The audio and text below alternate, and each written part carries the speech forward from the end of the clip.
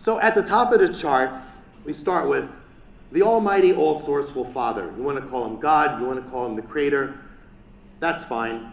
And I have a quote there from the King James Version of the Bible that says, I form the light and create the darkness. I make peace and create evil. I, the Lord, do all these things.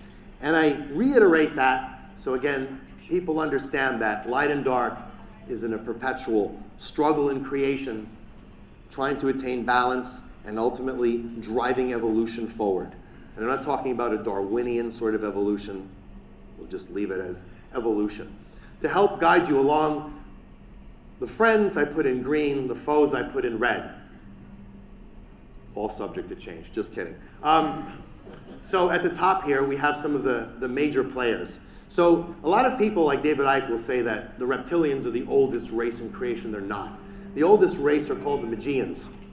And the Magians are a tall, blue-skinned type of humanoid, devoid for the most part of emotions or much interest in sex. They don't reproduce a lot. And their main interest is technology and destruction. And they're all vampiric in nature.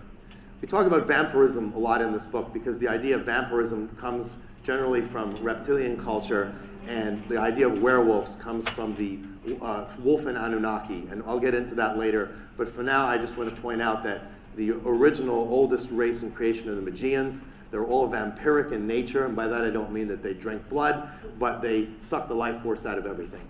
And they are technically sort of a threat to everyone. The only reason that they are not creating more, how should I say, problems in creation is because there aren't that many of them, which is probably lucky for everybody else. Then over here we have the second oldest race in creation. That's the reptilians.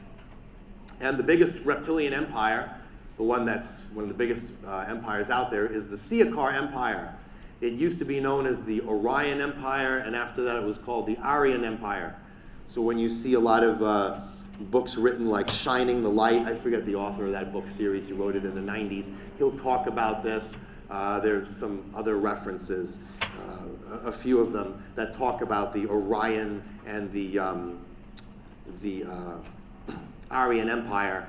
And most of the information was extracted from a computer that was on a spacecraft that was downed on an Indian reservation. I believe it was Robert Morningsky, who was the Native American who found this extraterrestrial, who was not reptilian, and this extraterrestrial shared a lot of this data. So all the information that's regurgitated over and over prior to the publication of this book has to do with the corrupted information.